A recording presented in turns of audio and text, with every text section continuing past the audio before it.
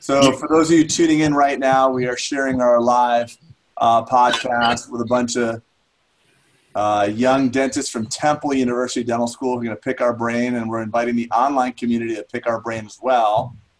If you have any questions, comments, feel free to jump in right away with us. Nice. That's cool. You know what? I'm going to put it in Greg May's 10X Dental thing as well. So thanks for tuning in. We're sharing this as many places as possible so we can build an audience, right? Yeah. Trying to go viral right now? This is such a millennial thing for us to do, Peter. I'm so happy we're being surrounded by these 4 millennial dentists. It's great. It really is. Honestly, I thought there'd be a technological snafu, but it's a damn miracle that it's a miracle. It's a freaking miracle. Christmas miracle. All right, guys. So again, Temple Dental students, rising third year, right? Yeah, starting third year. Nice. I'll have it be known to the community that they set up this mastermind on their own ambition, which I think is legit. I wish that had been the case in my school. I wish I had thought of that. So that's great that you guys are going next level already in dental school. So Tyler, I know you kind of headed this up. Why don't you jump into it? All right, so we're just 5 students at Temple right now. We're rising third years, like you said. We're just getting introduced into clinic and the beast of clinic. So yeah, we're a mastermind group within Temple University, and we're just trying to learn as much as we can about business, about the non-clinical aspect of dentistry, but also the clinical as well. We're just trying to be a sponge as much as we can. And we appreciate you guys really setting aside time in your day to meet with us and just to shower us with some of the answers that you have for our questions. So yeah, we appreciate it. We'll do our best, pal. We'll do our best. Yeah. All right, go jump into it. What's number 1?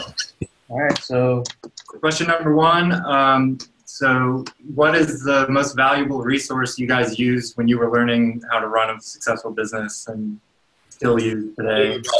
We'll do our best. Yeah. All right. Craig, why don't you take that? You know, I'm still doing my Facebook thing for a second, if you don't mind. Do your thing. I'm looking at comments and questions coming from the audience. So Pete, jump in for me while I manage this just for a second. So you asked what's the most important resource? Yeah, just 4 resources that you use, because we all know they don't teach business in dental school. So you came out and you jumped into the business of dentistry. What were you using to learn? Honestly, back in the day, I was using YouTube a lot. I didn't know how to market. I didn't know how to do. At the time, I was learning Facebook. I was learning Google AdWords and stuff like that. And so at the time, I would work a full clinical day. I worked 5 days a week back in the day, and then I would come home and literally just immerse myself in learning about how to go next level with my practice. So I use YouTube a lot, and the online communities weren't as pervasive as they are now. We actually had a lot more email lists and stuff, like email threads, and it was real cumbersome and obtuse to kind of go through. But I just took a lot of learning myself in YouTube. And also, unfortunately, I had to make a lot of mistakes along the way, to kind of figure out oh, shit, that didn't work very well. And unfortunately, some of those mistakes were expensive. But it's mistakes are really just accelerated learning. And so I think that's one of the things that I see a lot of dentists doing, young and old, is kind of sitting safe and being too kind of cautious and not wanting to just go out there and blaze a new path, because it's that hasn't been done before. So don't be afraid to, don't be afraid to, when you get out, just crush it, because you guys have the luxury. Here's what I thought, honestly. When I got out, I said to myself, look, I can survive on pretty much nothing. I don't have kids. I had 2 dogs. I had a little apartment. And I said, look, now's the time to kind of risk it and do what I want with my career. You guys have, so I don't know if that helped, but YouTube's a good resource. I want to jump on what you just said, Pete. The speed of your mistakes is dictating the speed of your learning. And you've got to, if you're not making mistakes, if you're playing it safe, you're not growing fast enough. And I'm not talking about clinical mistakes, because you have patient safety. Don't get it over your head when it comes to the clinical aspects of dentistry. you come out of dentistry, we get taught occlusion and stuff like that. I really believe that dentistry should have some sort of apprenticeship or residency around it, because when you come out, you've learned occlusion, but you haven't learned the practical natures of patient care. So the context for learning is not there. So gobble up CE. I'm a big fan of Frank Spear. You can pick Dawson, whoever you want, Pankey, all those guys. They're all about the same. When you talk about occlusion with a bunch of dentists, it's like talking religion or politics. Everybody's fighting. But the good guys have the basics, looking at how to recognize diseased occlusion and stuff like that. As far as business stuff, I'm a big fan of what Pete said. I just gobbled up business books. I read Good to Great, Tony Hsieh's Delivering Happiness. I just was Built to Sell is one of my favorites. Yep. That will help you with systemization. Don't rely upon dental textbooks per se. Look at dental textbooks to get your dental education, and model successful retail or large businesses to get your business education. That's one piece of advice. Model those successful guys. We didn't have podcasts when Pete and I feel like that sounds like such a freaking old timer say, like, we didn't have podcasts. We had to walk to school uphill both ways, but we didn't have this type of learning. And for the first part of my career, I was traveling around trying to hear speakers. I would gobble up podcasts. I think what we're doing, when you've got two guys that are doing different things and making mistakes, the amount of mistakes Pete and I have made is probably $20 million in cost. I mean, it's amazing what we've learned from each other. And when we get on the phone with each other, we're just sharing ideas back and forth. And that's what you guys have. We're keeping it real, and we're making those mistakes. So listen to the podcast that you have out there. T-Bone's got a great one. Who else? Dental Hacks has got a great one. No, what is that called? Worms? Is it? What is there? Alan Meads? Alan Meads is Dental Hacks. You're right. Dental Hacks, yeah, awesome podcast. So the type of learning that's available now, we never had. So I mean, that's just awesome for you guys that you have that availability. And look for CE outside of the realm of dentistry. Honestly, I go to a lot of conferences that people look at me sideways when I tell them I'm a dentist. Like, what the hell are you doing here, kind of thing. So don't think that just because it's not offered in the CE, I'm going back to your question as a business perspective. Don't think that you can't, go and attend, just true business, courses and classes and conferences. For sure. Absolutely. Can I continue on with that? So did you utilize coaches and consultants as you were growing? Yeah. Pete and I mean, I'll speak personally. I'm a big, Tony Robbins fan. I've always, gone through some form of personal development coaching. Pete and I actually share a coach right now. We do it together because we want to have that accountability. We're also good friends, so we don't have problems talking about, our own personal stuff that's happening either business or personally, professionally or personally. But it's a good thing. You always want to keep having, Tiger Woods has a coach, LeBron has a coach, multiple coaches. You never want to get to the point where you've I figured it out. I don't need to learn anymore. So the consultants that are out there, a lot of them don't really have the chops to do what they're doing. They don't own dental practices, or if they do own a dental practice, they're a silent partner in them. I would say that for coaching, I would probably look outside dentistry and learn through education about inside dentistry. That's my 2 cents. Pete, what do you got for that?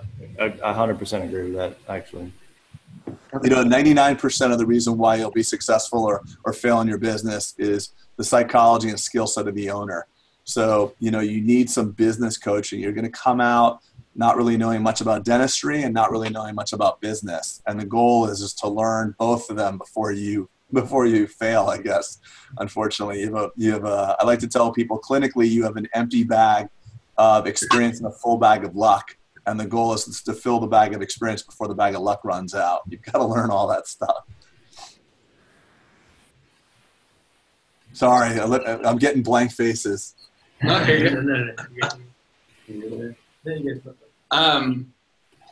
got a question for you guys. So I know listening to you guys' podcasts, you guys always focus on the future of dentistry, especially the DSOs and that group and how that's changing the whole consolidation coming in.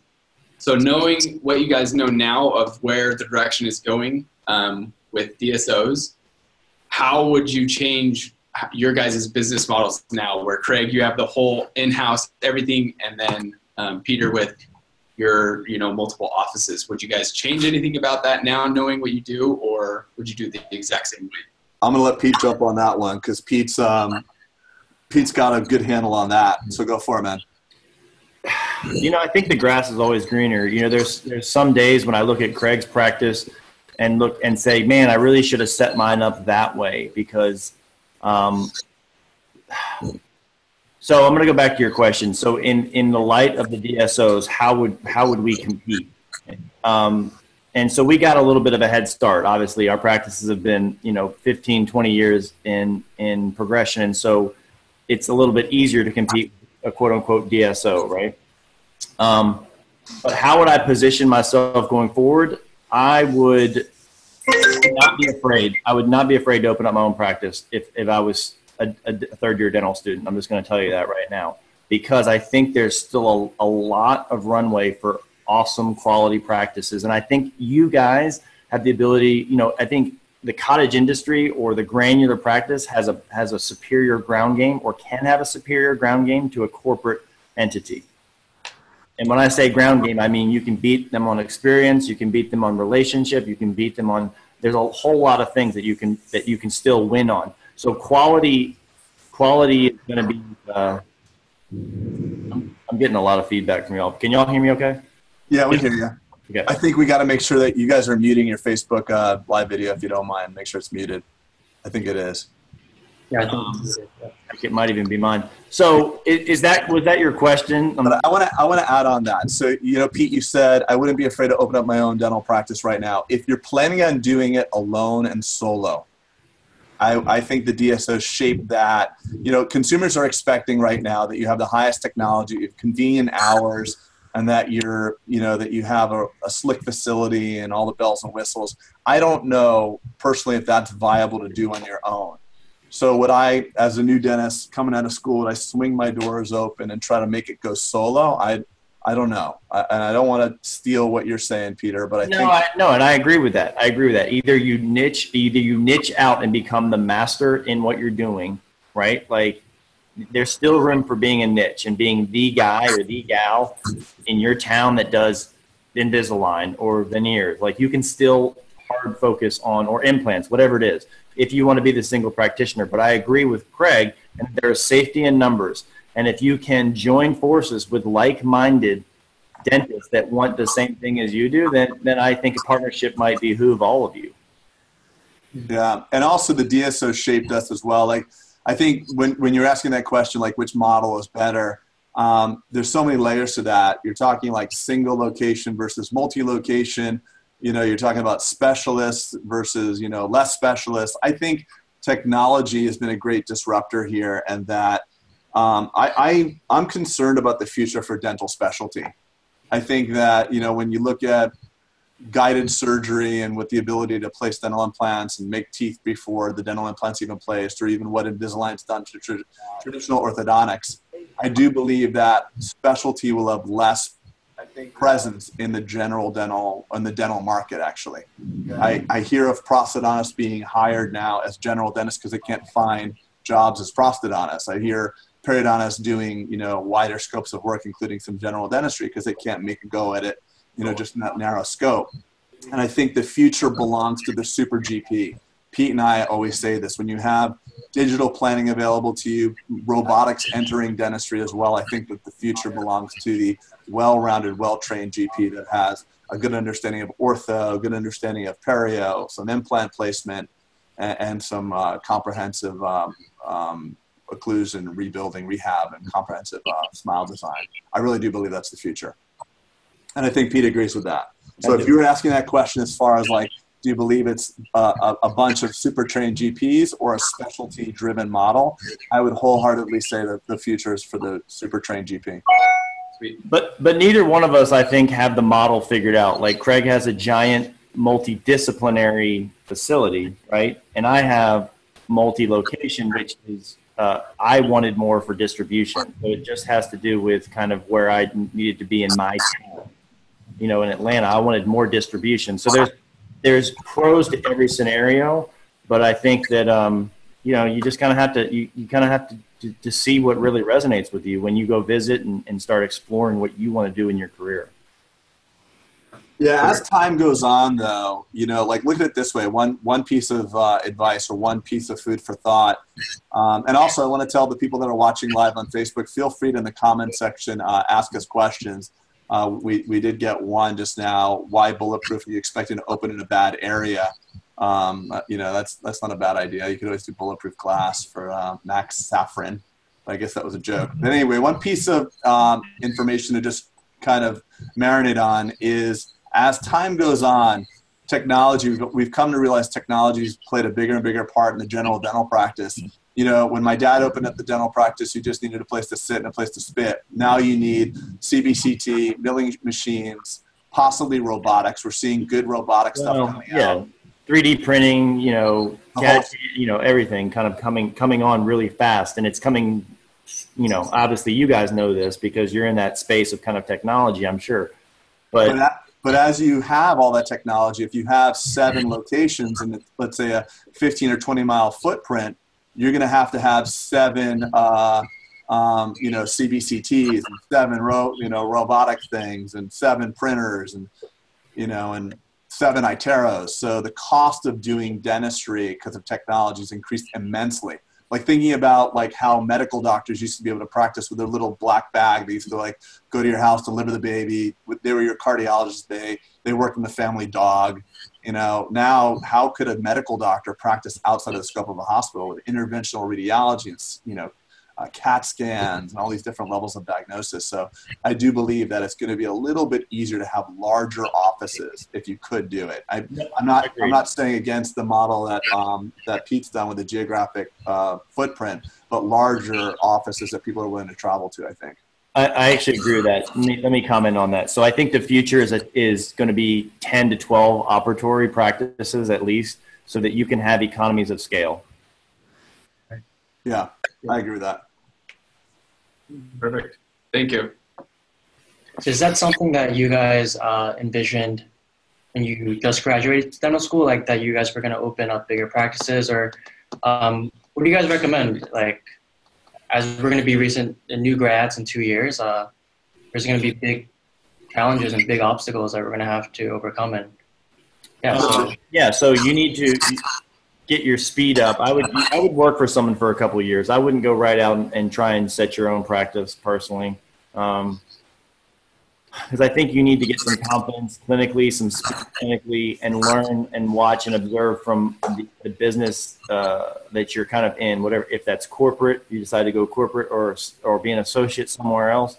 I think there's a lot to say about kind of learning the second part of your career, because right, you get out and you're a licensed dentist, but you know, very few of us are ready to rock and roll at kind of the level that I think it takes to compete. So I would get a little experience and really just sponge and absorb all you can for a couple of years until you feel you have the chops to compete in the free market. Also, Pete and I talk about this all the time. Pete's a real big fan of a GPR. He's seeing a lot of guys coming straight out of school doing like 2-year GPRs, and he says they're just kicking butt. I would definitely advise, from what I've seen, doing a GPR. Absolutely. All right. No, go for it. Yeah, go for it. I'm still kind of like thinking mine up. So yeah. So, I mean, you just answered that question. The other question that I had was just like the post-grad path of like, so instead of trying to get out like 1 year work for corporate or whatever, try and get our speed up, not necessarily corporate, just get out, get a year experience, or do a GPR and then go into ownership. But like what in your guys' eyes, what would be the most ideal like pathway, right? I know there's like so many different pathways, but like in order to get, I don't know, that's kind of a hard thing, I guess. Yeah, I hear what you're saying. Like, what's the ideal pathway for getting the largest scope and the most experience at the fastest amount of time? Yeah, shortening the learning curve for all. Yeah. So I think a surgical GPR would be a great thing to do. I also think, but I know they work, you know, I know there's long hours, so there's not much time in the day left for your own education. But I would like, you know, if I were starting out right now, knowing what I know, I would be more surgical. I would get more surgical experience because I have really none. and I would literally immerse myself in technology. I probably wouldn't even, I'd come home and just literally like play in VR and like play with my 3D printer and like look at the technology and just literally just hack my way through learning what I could do for dentistry, because I think that that's going to be the great disruptor in the space. I really do. And I think those who fully immerse themselves in that technology are going to win. Yeah, without a doubt. I agree with that 100%. It used to be that patients didn't mind, traveling from office to office. And my particular practice was built around that idea. So if someone asked the question, like, did you know when you're in school? I had an idea, like even in dental school in 1996 and 1998, that I was going to build this regional center. But what I didn't anticipate is technology playing such a disruptive factor in dentistry and how it's practiced. Now knowing that technology is here and there's greater technology that's going to be coming down the pipeline, I would say to really invest in a holistic approach to dentistry. I think, like we said, the future is the super GP. You need to know some limited amount of orthodontics. You need to incorporate Invisalign into your practice, because you'll send the stuff out to local orthodontists and they'll come back and the occlusion's not even right.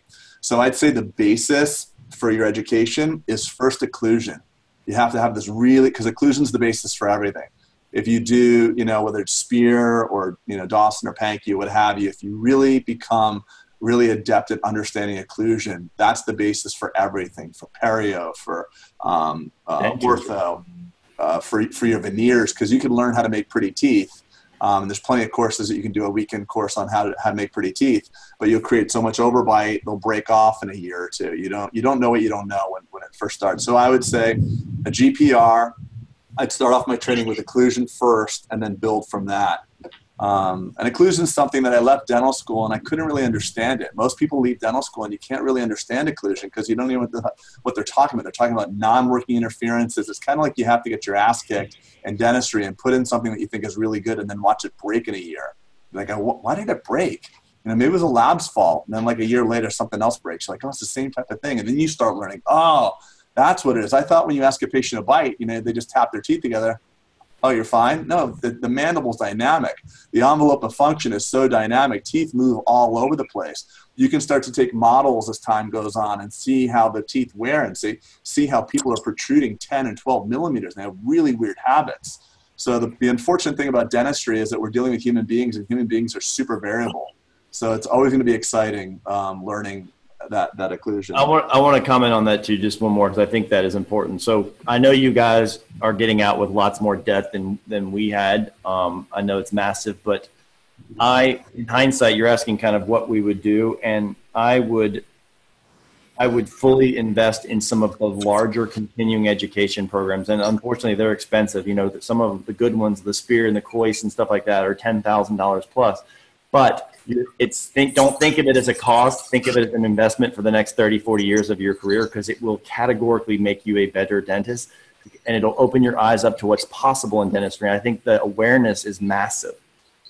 Like having just the awareness of what's coming or what you need to know is massive.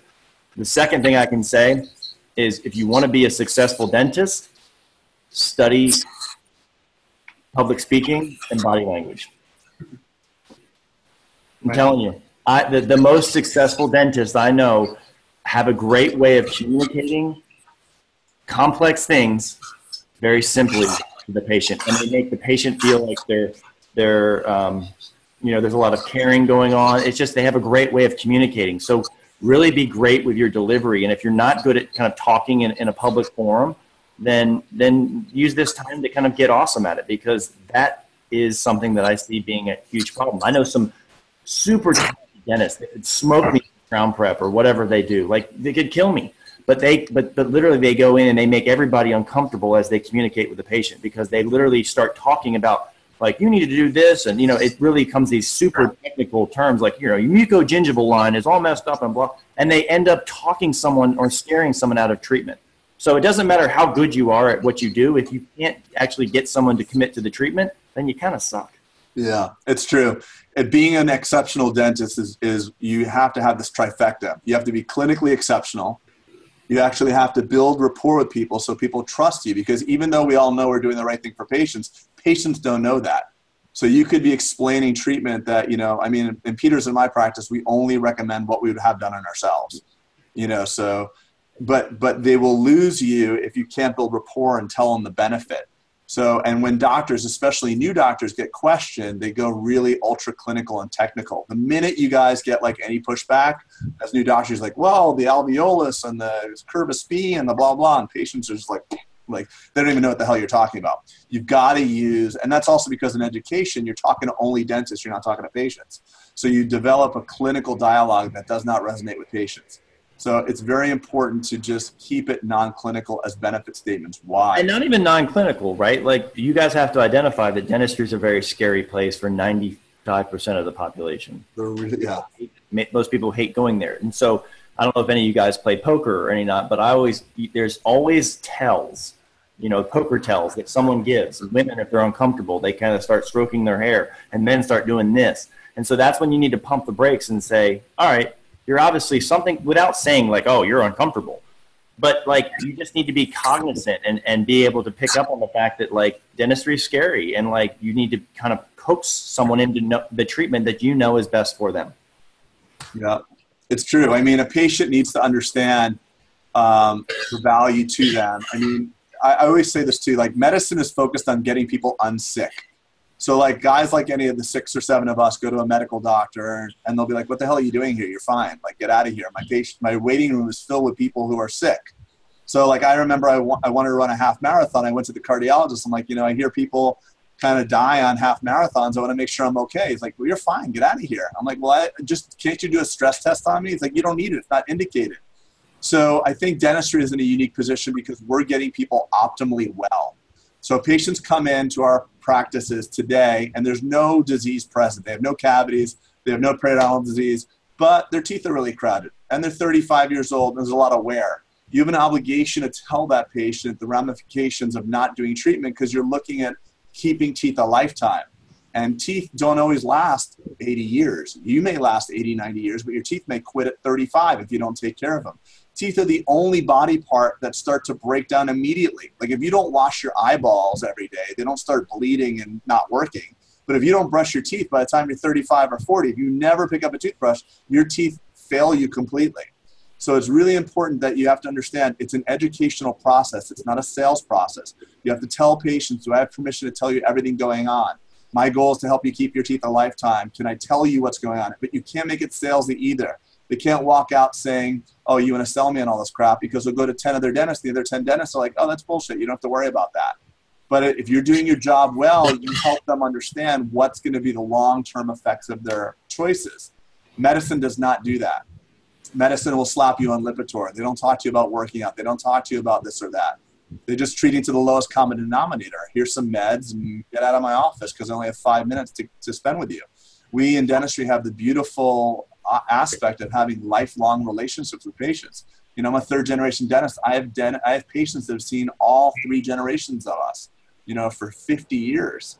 So it's really cool that we have that ability to have that rapport. So it's really important that you focus on those relationship building skills and spend the time with the patients. Don't commoditize the patient. Don't do the Groupon, you know, get them in, get them out. Be overwhelmed with advertised patients that have no affinity for your practice. Pick what you have to describe and very articulate. You have to articulate rather a vision for what you want the dental practice to be. And it's your own signature. Pete has a different model than mine, and everybody listening has a different practice model. And maybe the 5 of you guys will have a very different business model over time as well. But pick what you want it to feel like and what segment of the market you want to treat. Because there is room for the walk-in dental model. There is room for the Walmart dentistry. I mean, shit, if I lost a temporary crown and it was 11 p.m., I'd be happy that there was a Walmart that could cement it for me. So you got to, you know, it's not a one-size-fits-all. Restaurateurs don't get together and say, what's the best restaurant model? Because the guy that owns, you know, 10 Chick-fil-A's might be having more fun and might express his vision better than the guy who has the craft taco truck in Austin. It's really about your own vision. And don't hijack anybody else's vision. So to just follow up with that, is there anything, so learning communication, where would be the best way to like look for that? Is it like, so obviously I know you guys are huge advocates for looking outside of the dental field, I guess. Mm-hmm. But do you feel like this kind of CE or this kind of learning would be beneficial within the dental field because it's like certain terms that we need to learn? No? Okay. No. I mean, well, actually, I take that back. There's a guy named Paul Homily who doesn't speak much anymore. He's a little older now, but I think he's just been one of the greatest educators in kind of communicating dental enrollment and case presentation and just how to talk to patients.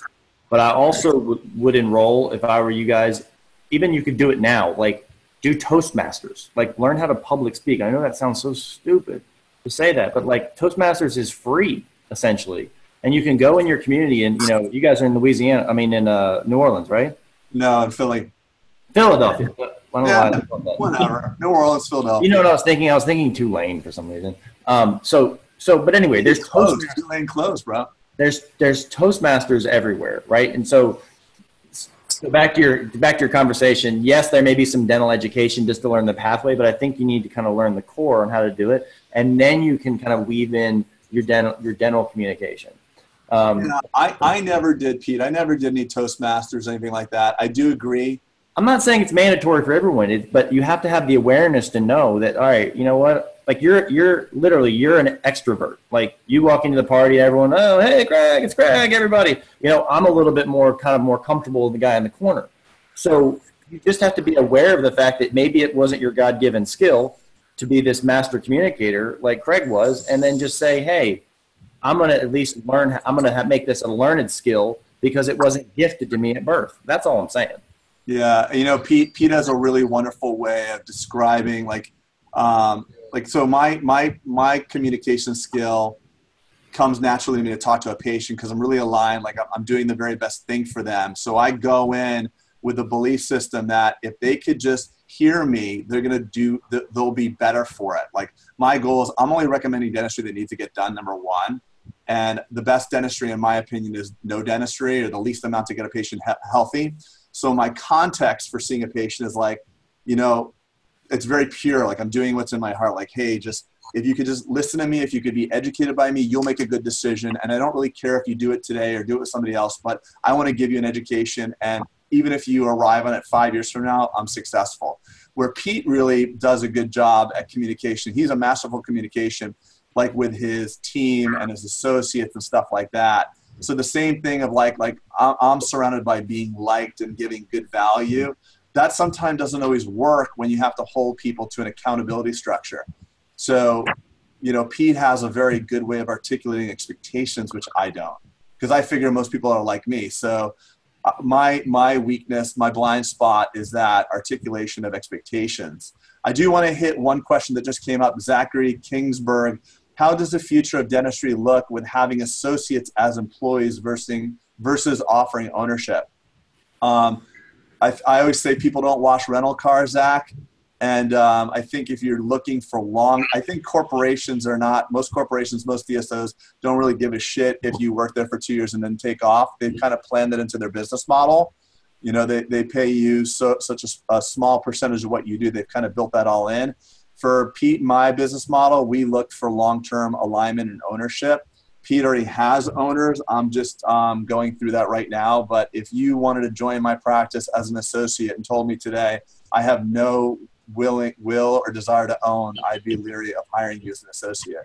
So I want you to act like an owner, and if you're going to act, I'm sorry? You just wouldn't. I wouldn't. Nor would I, because, the ownership mentality is something that you got to have even as an associate.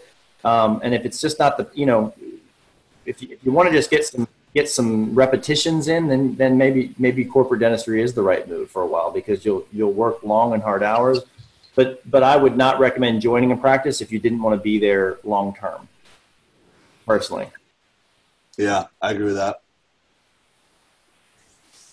So keep the questions coming on Facebook. And gentlemen, I have Benjamin Vela, multi-practice owner, getting ready to turn the lights off at a satellite. Yeah, that might just be, spreading yourself too thin. It's hard to scale when you don't have one thing that's replicable. I think that dentists do that a lot. They open up second and third locations as solo operators and don't really have infrastructure.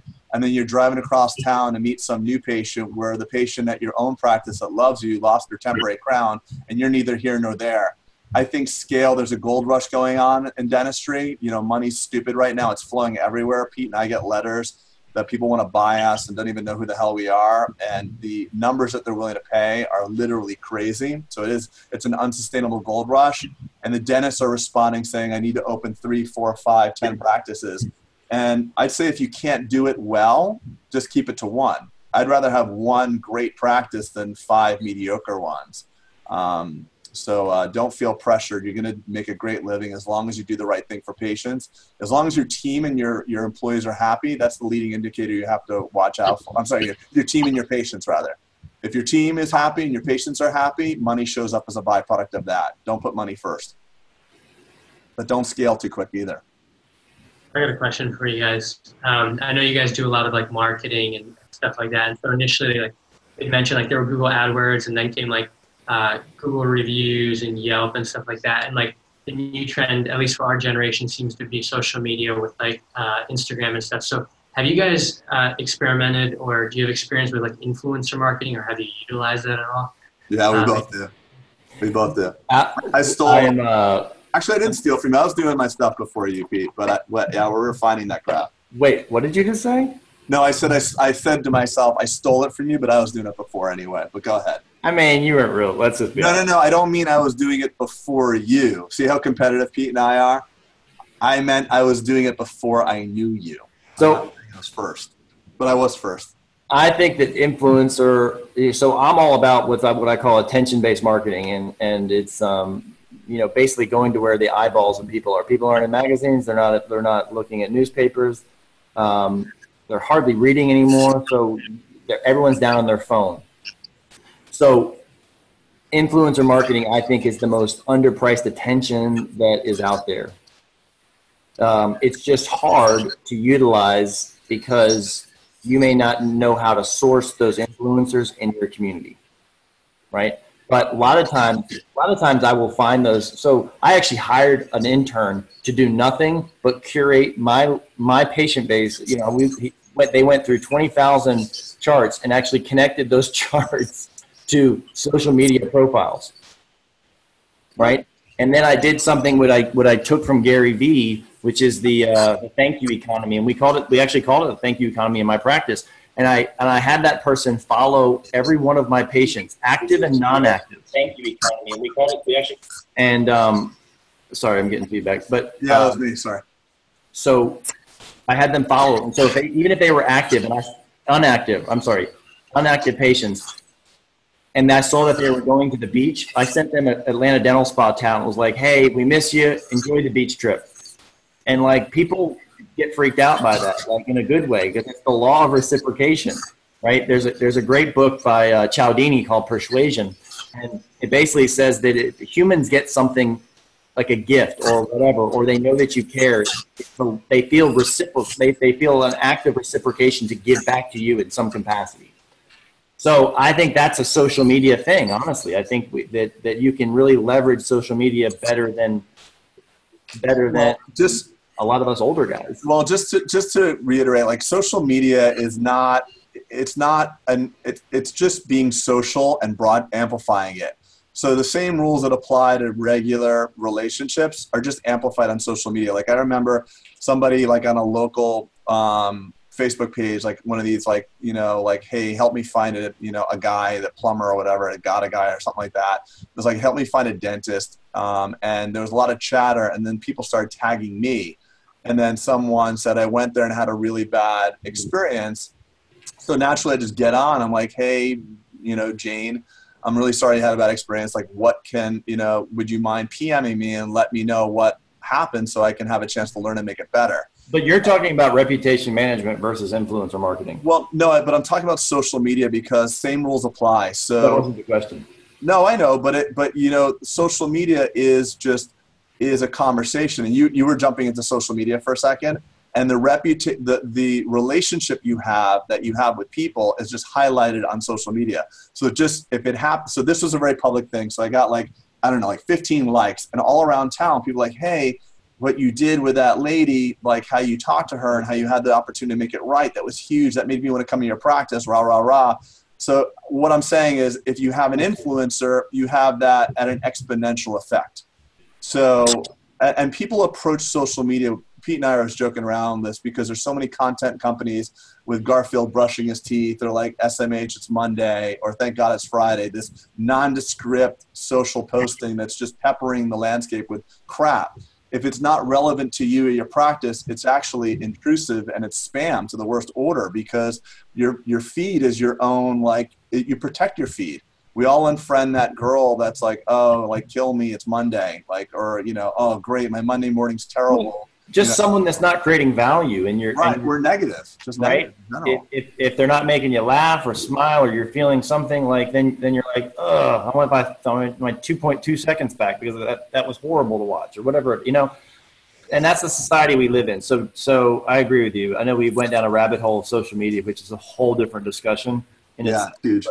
I'm a huge fan of influencer marketing, so much so that I can't tell you even about what we have in the works, because I think it's going to do nothing but accelerate in marketing. But let's jump off that for a second and go back to general advertising. Advertising is totally dead. What are you laughing about? Because you're like, hey, let's take your question and go talk about what we want to talk about. Hey, but listen, when people talk about marketing and marketing budgets, you know, putting that glossy ad, you used to be, like 10 years ago, you used to be able to pay your way to get a patient to actually come to your practice. You know, it used to be that you had to have 7 or 8, exposure points, or what do they call it? Frequencies? Touch points. Yeah, or frequency, 7 or 8 frequency. Now it's social meritocracy, Craig. Yeah. I'm going to jump on that one, buddy. Yeah, please do that. It's important. It is. You can say you're the greatest, but if you have a 3.1 on Yelp and 5, a 2.4 on Google, there's a meritocracy there. There's a great leveling playing field, and it's really cool. But there are also good guys out there that have really poor reviews because they don't have rapport with patients, which sucks as well. There's really bad dentists who are very well rated, and there's really great dentists who are poorly rated. It just points to that fact that you need to have all those skill sets developed. Someone did mention the course that our friend does here, Chris Ramsey in Jupiter. Oh, yeah. He's a master. I forgot about Chris. Holy shit. Yeah. So forget what I said about, like, don't do the dental courses, do Toastmasters. Do Chris Ramsey. Yeah. Chris Ramsey has an awesome course. He's a magician with this kind of stuff. I'm tagging him in the comments here too, so you can go on the Bulletproof Practice and check him out. Y'all should listen. We had a 2-part series with him. He's a good friend of mine, and, like, he's been a mentor and an advocate. We just been buddies, and so I love Chris and the way he communicates. But we had a 2-part series on the podcast, so go back and look at past episodes and watch the YouTube of it, because he kind of shows and talks about those tells that I was explaining a little bit. And it was just, I was enthralled with his discussion. Yeah, I just put him on our comments too. So yes, do his. The funny thing is I move around. I have a lot of motion. As he's talking, he's telling me what the meaning is. Like, people that touch their face, I'm touching my face. I'm like, I can't do that anymore. Or if you're playing with your ear and I'm touching my ear, it's like, I was so hyper aware. Chris is great. Guys, you got anything else for us? I mean, so I'm going to just piggyback off of his question. So with the social media, would you guys, like, try and start pushing, like, if you were in dental school right now, would you try and start opening up an Instagram, like, post and, like? So develop your own brand right now. Develop your own brand. Okay. Right? Would you even go to the extent of, like, buy a, like, domain name and then, like, start already knowing if you know, like, the name of your practice, and then try and, like? I would do a personal Facebook page for your dental relevant Facebook page and a dental relevant Instagram page. I know guys in dental school that already have like 50,000 followers.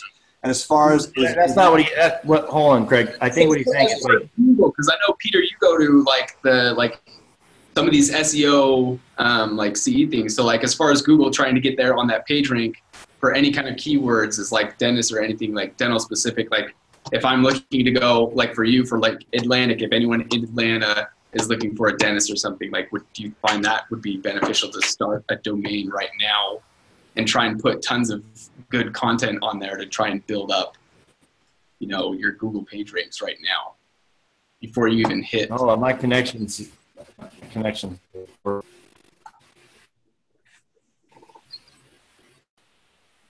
While Pete's getting that. I'm You're gonna. My internet started freaking out. Can you say that again? Yeah, we don't hear you real well.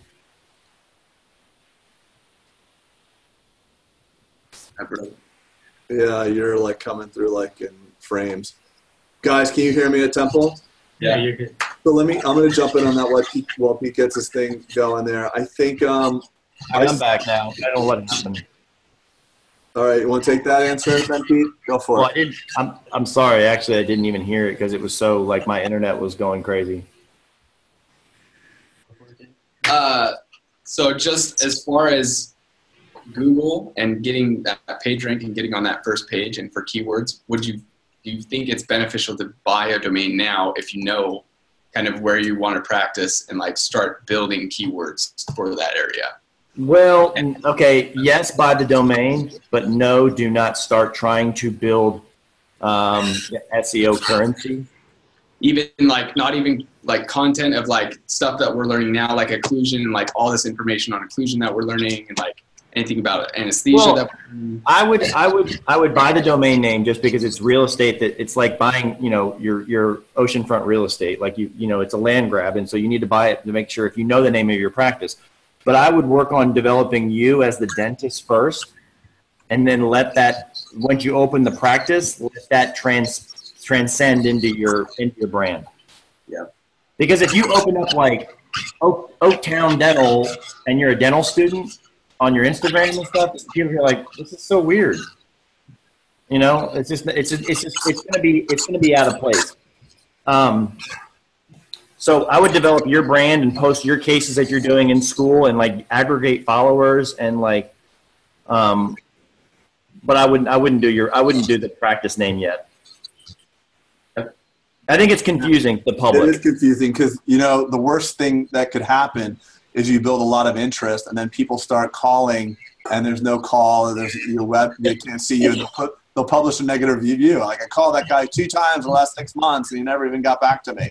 I call him with a broken tooth and, so I think right now it's more, building your own personal brand and don't worry about the practice name because listen, there's guys that work with big brands, but they have their own personal brand within the confines of the larger brand. Like, even Mike Appa, who's probably the biggest brand in dentistry, has 3 or 4 doctors that are, sub-branding and they always have Appa Aesthetic as their hashtag or at their location. So I think, and I do believe the way of the future is partnership. So I think going completely solo is going to be really tough. Well, and if you can do it, if you can run a successful social media channel and build your own personal brand, doing it for your corporate entity or your practice will be easy. Because you'll already have the skill set, right? You already know how to do it. Yeah. So I kind of have a question more for you, Craig, because your model is like, like a one-stop shop sort of thing like that. How do you go about pitching to specialists and being like, hey, come work for me instead of them like setting up their own shop with like, let's say a few endodontists and making their own group and that sort of thing? Well, that was, so the way the model was born was that I believe that all specialty work had to be done by specialists. So in keeping with that, I grew a really large base of general dentists that, kind of fed the specialists. So think of it like a pyramid. It was a really like a high volume, a lot of doctors, a lot of GPs that would filter up to get the specialty. So what you'll find is that when you want to go hire a specialist, the first thing to tell you is, I'll come see you once a month until you can fill my schedule. And I don't believe that, and there's an interesting thing that happens in dentistry. It's like you bring on these itinerant dentists, whether they're GPs or specialists, and they work with you part-time until they can build a schedule. I don't believe you can really build anything part-time. I think it's hard to be, as a GP, like I hear about guys spending 1 day a week in 4 different practices. I think they're all going to stay 1 day a week in all 4 practices. So getting the specialist, I guaranteed some of them at certain points. I had oral surgeons that were guaranteed to stay there full time, all the time. But it was at a point where I could afford to have them. but there's never really the right time to add people. You just have to build the business together with them. And sometimes as a business owner, you have to take on that risk. So convincing them or building the business, I don't know what comes first. I think they're both simultaneously at the same time. Or paint the vision that your ecosystem is going to be so big that you're going to control the workflow because you're the one who's going to get the patients from a generalist perspective first, right? And well, that's the consumer shifting. The consumer doesn't want to go to the endodontist anymore. They don't want to go to the oral surgeon. I mean, imagine how circuitous it is for a patient to find out how much something costs. They go to the general dentist. Well, my part's $3,000. Well, what about the other? It should be about 2 to 4. I'm not quite sure. And but not even that. Not even that. It's, oh, I'm going to send you to my buddy who you're going to have to get back in your car, fill out new paperwork, call people that you don't know, see faces that you know, again, going back to dentistry is a very scary place, doing that whole process over again. Patients don't want to do that. And, you know, like Amazon delivers, you know, I hit the easy button in my house and Amazon delivers shit in an hour to me. Like, why are we making patients like go through these huge hurdles? It's just not going to work. And that's the other factor that's driving me more towards the super GP model, because even though I have everything under one roof, you still have to meet multiple providers in my office. So even though it's as convenient as like, let me go call the oral surgeon over here, or let me call the endodontist over here, that is even becoming too cumbersome for patients. Patients are like, well, I just want, you know, I'm already numb here. Like, can't we just get it going? So if you have well-trained providers that can handle a wide scope, you know, it's better to have one provider do more than like historically in my model. Like if you were prepping a 3-tooth bridge, 28, 29, and 30, and 29 was loose, my model was so strict that like as a GP, you'd prep 28 and 30 and then march them down the hallway and have the oral surgeon just take the 29 and just go, whoop, they take it out. Like that doesn't make any sense. That's not what's best for the patient. So, you know, things are changing. And I think what keeps business in general successful is your degree to deal with change. There's a business you're in and there's a business that you're becoming, and it affects everybody. And the landscape now in dentistry and all businesses is disrupting so quickly. You've got it. Your speed of innovation is going to be equal to your speed of success. So stay flexible. You got to stay flexible. Pete and I are staying very flexible. I was very rigid for a very long time, and I think I'm paying some of the price for that. Yeah, it sounds like the school model almost a little bit as of right now, your initial model. Yeah, well, that's what I like, because I like the camaraderie. But you can still have wonderful camaraderie by breaking down the specialty into multidisciplinary. I'm not saying that your box, whether it's 3 chairs or 30, should not provide all forms of dentistry. I'm just saying that you should have doctors who have wider scopes. Because even if like all 5 of you went into practice together but had different scopes, it would be inefficient for the patients. And as a group, you learn from each other. There's a lot of camaraderie. There's a lot of academia in my model. I learned so, in Pete and our model, we learned so much from each other. So there's all that learning that happens. I mean, the Cleveland Clinic pioneered this as well. Cleveland Clinic gets wonderful outcomes because peer pressure makes doctors better. You know, when you have people looking at each other and seeing what they can do and helping each other out, the patient quality goes up. You know, most dentists practice solo in some strip mall and they don't even like learn from each other. They hide. You know, it's a little frustrating. It's a little scary in our models, because if you do a bad job, the doctors in your practice are going to know about it. Same as academia where you guys are. But that peer pressure makes everybody better. It really does.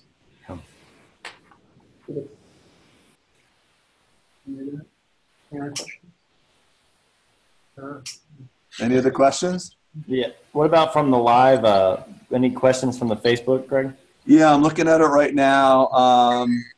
Paul Homily is the master for patient communication, enrollable in his courses. People really do like Chris Ramsey, which is great. That's a good one. And that's really about it. I shared it in so many places. So if you have a question, please go to Bulletproof Dental Practice. Watch the video there. I can't see the questions coming from other places because I know there are. I keep flipping around to see them. But yeah, we're here for a little bit more, and we'll take any questions you guys have. Are you guys out of questions over there at the Temple, guys? I'm going to lead into a little one. I mean, you kind of mentioned this, but do you feel like, I know that you said specialists are kind of going to be taking a little bit of a hit because of the, you know, the increased scope of general dentists, and now, especially with like DSOs are now looking to buy kind of the general, I guess, dentist because like the quarterback of it, right? They can control. Well, they own the patient. Yeah, right. So do you feel like there's certain specialties that are kind of hedged up against that? Or do you think that all specialties are going to be in that same boat? I do. I do too. It's whoever owns the patient owns the life cycle, owns the money. And I think if you were an oral surgeon wanting to open up a multi oral surgery practice with 5 oral surgeons at your age, I would advise against it. I mean, that's just my belief system, and I'm open to anybody else's, but I would advise against it. Or if you were 3 or 4 endodontists coming together, I would advise against that as well. You're seeing a lot of specialists that have 2 oral surgeons and 2 endodontists. They're buying general dental practices, so they have a built-in referral base. I was going to say, look at the writing on the wall, just what Craig said. So if that again is a tell for what's happening, then I would, if I was a specialist right now, I would be a little bit nervous if I wanted to open up my own shop and depend on general practices to feed me, quote unquote, through referrals. So along with that, I mean, the only specialty that I see, like in my mind, that is not necessarily completely dependent upon general dentists is mostly like peds. Do you see like ortho though is more like general? I see that. That's safe. That's totally safe, I think. Yeah, well, no, pedo. I'd say if you're a pediatric dentist and you're not willing to do orthodontics, I think you'd have to be a more special practice to just go solo peds, because time is the reason why Target sells milk now is not for a profit center. It's because people value time. You know, people want it all under one stop. So imagine taking Johnny, you know, now you're so busy, Johnny like has karate and frickin' his ortho appointment all of a sudden, like he has a banding appointment, but he needs a sealant first or needs a cleaning. And you have to send Johnny home now to the pediatric dentist to do it. It's inefficient.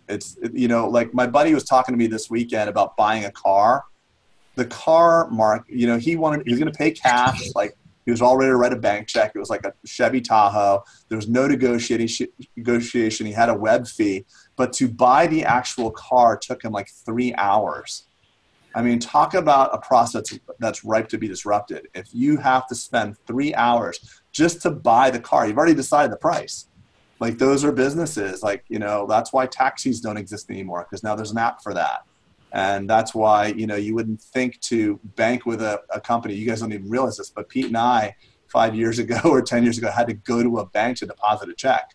If I get a very large check and have to go to the bank now, it is a big freaking deal. Because if they see a large check, if you have like a $20,000 check or something, if you sold a house, have a $100,000 check or whatever, and you go to the bank, you're not just going to be able to deposit that check. They want to bring you in a special room and talk about their advanced savings accounts and stuff like that. And it's just really annoying. So you got to make it easy for patients. If you don't make it easy for them to do business with you, someone else will. And Invisalign's doing that with their scanning centers. And I want to point out that Invisalign is not doing scanning centers to disrupt the dentist. They just recognize that they need to build these storefronts. They did 2 already in San Francisco, because dentists are so bad at getting patients to enroll in Invisalign. We dropped the ball on so many touch points that Invisalign is going to scan random patients, have them pay, and then send them to us to deliver the care, because they recognize how bad we are. So well, they're just going to enroll the case. So what you're saying is that and pay and get it all done. Right. Yeah. So I think that if you're gonna, I think pediatrics without ortho, if you are a good provider, you could probably make it. But if a pedo ortho multi-doctor office opens up right next door that's open on Saturdays and evenings, I'd be worried. Wouldn't you, Peter? Heck yeah.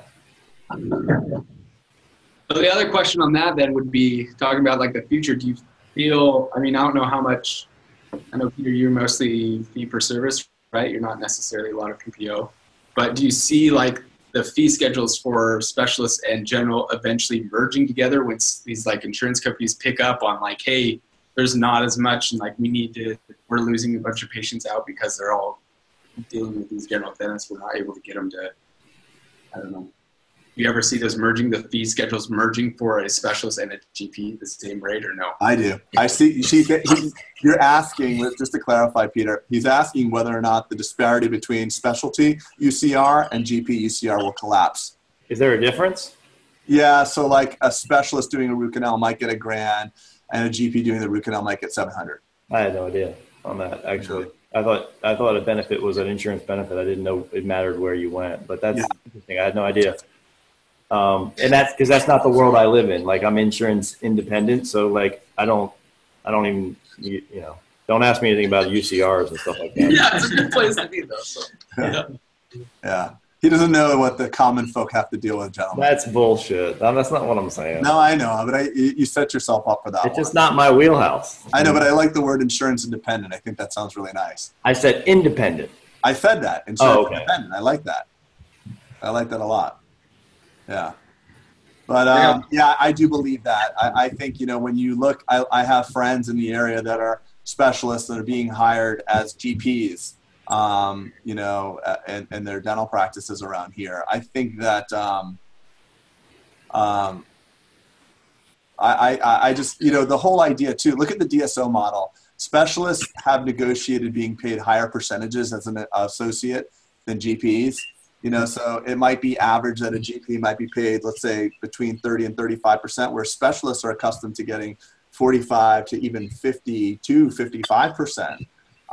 And the reason why was that was born from this idea that specialists never used to go into GP models. So it's like, hey, bro, if you want to pull me out of my busy endodontic practice, you're going to have to pay me X dollars in order to get me there. And my overhead's 50%. So that's how it happened. Now that there's less specialty offices being opened, that's even being broken down now. So you got prosthodontists being paid 35%, endodontists being paid 35%. It's kind of all over the place now. And like, I think the disparity of income is going to come. Like, I think there's going to be a lot more runway for, I remember when I was in dental school, they said, well, if you're going to be a general dentist, you're going to make $120,000 a year. And if you're a specialist, you're going to make $250,000. And I said, okay. So that's just the law, and I had no idea. Like, that's just the rule. And like, I think that, and there's probably a discrepancy, I should say, in income still, but I think we're going to start seeing them level out because just what Craig had said. The technology, I know you guys are big talking about technology. Exactly. Yeah. Technology, and then also just the onboarding of the patients, if that makes any sense. Like, you're going to be in the general practice is going to be in control of that workflow. Well, Pete and I always talk about this stuff. We talk about the disintermediation in business, the cutting out of the middleman. Every business, like travel agents, used to be really viable. They used to be able to book a flight for you and tag a percentage onto it. There's the financial services industry, the car industry, the taxi cab driver, and the medallions they used to have. There's a disintermediation. People have access to information and they want to go right to the person. So this idea that patients are willing to go to GP and then refer to specialist, they're not going to tolerate that. They just don't know other models exist right now. And the models that exist are typically DSO that have multidisciplinary, but then you've got a guy that's been at a dental school, no offense to you guys, 1 year, and he's being mandated to do molar root canal implants and blah, blah, blah, blah, blah. But there is there's another level that's more like what Pete and I was talking about, like Generation 3 DSO, where you have really well-qualified dentists who are partners, who are trained well, and they can actually do 80% of that specialty scope, on their own. Not that everybody's going to do it all, but within, like in Peter's group, how many GPs you have? 5? Yeah, 6. Yeah. And what do you send out, Peter? Besides, what do you out? Pterygoid implants is about it. Yeah, or zygomatic implants. Yeah, and actually some soft tissue. We send out perio. We don't have a lot of soft tissue. We don't do a lot of soft tissue work. So yeah, very, very, very limited amounts of stuff sent out. But I mean, the soft tissue courses are being booked. Like even like LANAP, Laser Assisted New Attachment Protocol, the Millennium Company, most of their attendees now are GPs. All right. Michael Picos is coming to my practice next week. He's interested in learning about what we're doing. I can't wait to ask him what percentage of his attendees of the soft tissue courses are GPs now. So, I mean, listen, if you can take a $5,000 or $10,000 or $20,000 course and that opens up a whole new scope, you know, it covers your butt too. A lot of times you need to have these ancillary procedures just to do your core competency. If you do Invisalign on a patient, you get recession. It's really nice that you can fix that. Right.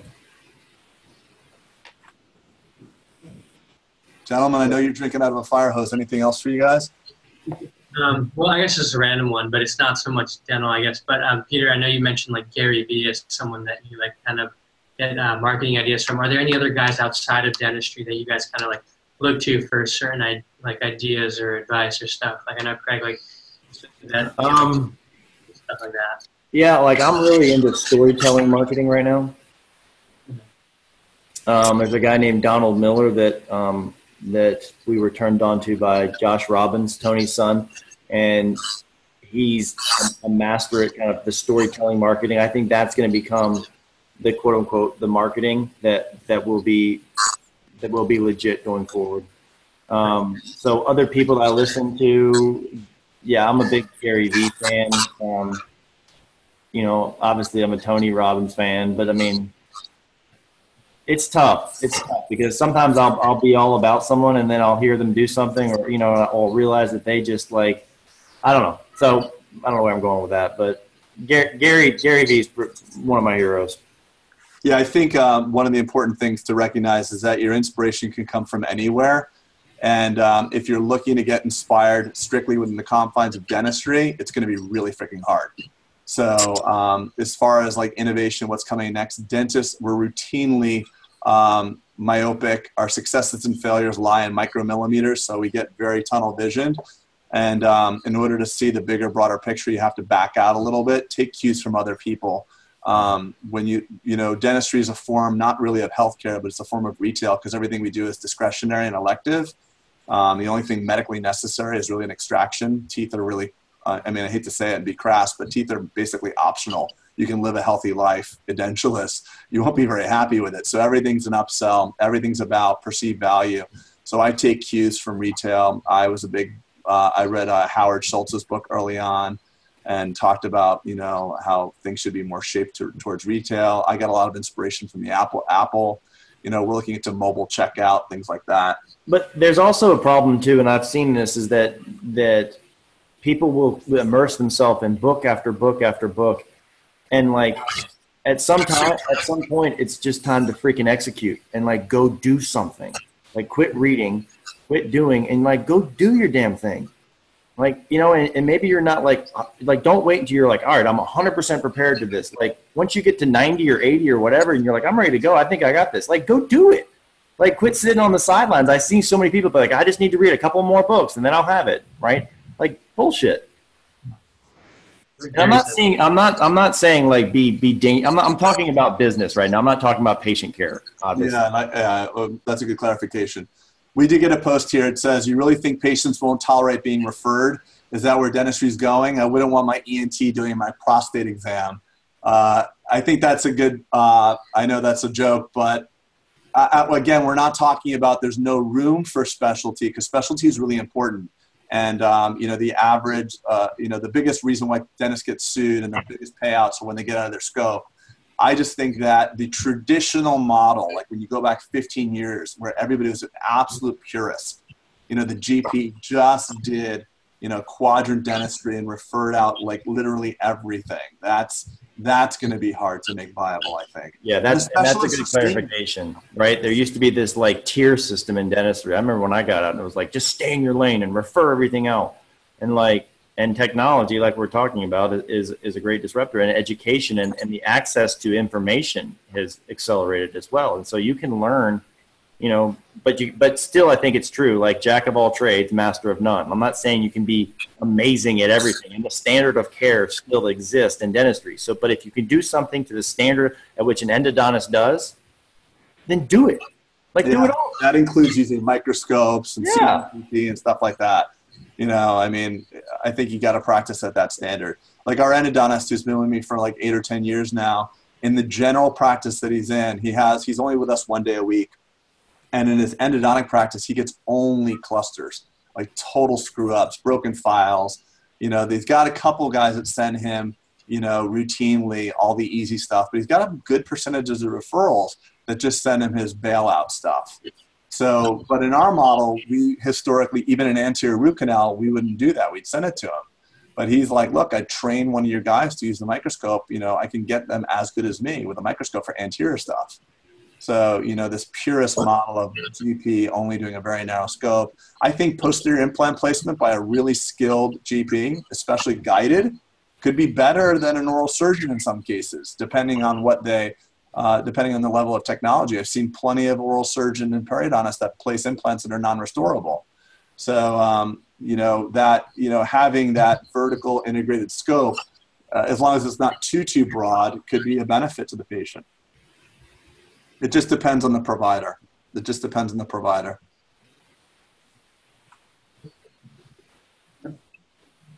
Any other questions? No, I think you answered all. Good. Yeah. Tyler, I haven't heard from you much. No, I'm just hiding away over here in the corner. You're just moderating, huh? Yeah, sort of. But yeah, I think you answered a lot of our questions. We're hitting you from all angles here, but we appreciate just how you've been able to track with us. I think in closing, too, I know when I got out of dental school, I was pretty depressed in that they painted a doom and gloom picture for me anyway. And it was this, like, I don't know. I mean, school beats you up, and maybe your school is a little bit better, but I want you guys to know that you are entering one of the greatest professions. There's no ceiling on what you can do. You can create your own life. I still think it's the glory years in dentistry. I think it's going to actually become even more as the technology makes things more fun, the communication makes things more fun. So I want you guys to just be hopeful, and maybe you already are, but I think it's still the greatest time to be practicing, and you guys made the right choice, and I hope you have a lot of fun in your career, because it's super rewarding to be able to change people's life, even on the micro level that sometimes we do. Yeah, that's really well said. It is the glory years, like Pete said. And you don't realize it yet, or maybe you do because you're already in clinic. But what we get to perform for patients is so rewarding, and building those long-term relationships are what gives you the fulfillment. A lot of people make lots of money, and they're not fulfilled. Dentists typically have a high fulfillment level, and it is the best time because technology is a great equalizer. And even the meritocracy of the internet, as long as you're doing things the right way, people are going to talk about you. And it's going to be great. So you can't have some behemoth that advertises tons that is going to eat your lunch. You know, do the right thing, care about patients. I mean, Gary Vee, to quote Peter's mentor, Gary's like, the cheapest marketing strategy ever: care. Give a shit about what you do. I mean, everybody's trying to craft the story that they care, but if you really care, if you call your patients at the end of each night that you've done work on, that's probably the cheapest and easiest way to lead to fulfillment and success. And one more hack that I'll give you guys being in school, because your third and fourth year, you have a little bit more free time. You're not as heavily concentrated on the books. If you want to learn from someone, reach out and tell them that you're a dental student, even a course, because a lot of time, like, I weaseled my way into a lot of free shit when I was in dental school because everyone knew I was broke, right? And so, like, can I just sit in the back of the room and look at your continuum that, you know, most people charge $10,000 for? Like, I'll bring my sack lunch. Like, so you still have, I know that seems daunting, especially given that you just finished your second year, which is typically the hardest, but, like, just know that, like, you have a couple years left where you can really leverage the fact that everyone wants to give back to dentistry.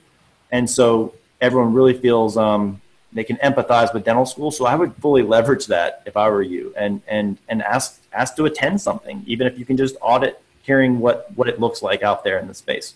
Yeah, I agree with that. It's really important. I really do. I think that you'd be surprised how many people are willing to help. I've had probably a dozen dentists come through here, and they've shadowed me for the day. I mean, in a turn of events, like I said, Mike Picos is coming here this Wednesday. He wants to shadow me. I'm like, yeah, shadowing, but also in courses, like, just use your time. And a lot of times your instructors, if they're good, they'll give you, like, I traveled a lot in my fourth year because I was going to stuff that my professors knew would enhance my career and make me a better dentist. Yep. So sometimes just you need to ask for permission to go and do that, but, like, take advantage of it, because once you get out, you don't have that much empathy because everyone thinks you're making money and you can't attend the seminars for free anymore. Yeah. Just an idea. And Pete and I do that routinely as well. He sent a doctor to me, and I sent a doctor to him. So I think, and T-Bone has that. Tarun Argawal is probably happy to do that as well. Kyle Stanley, another guy. I mean, reach out to people. It can't hurt.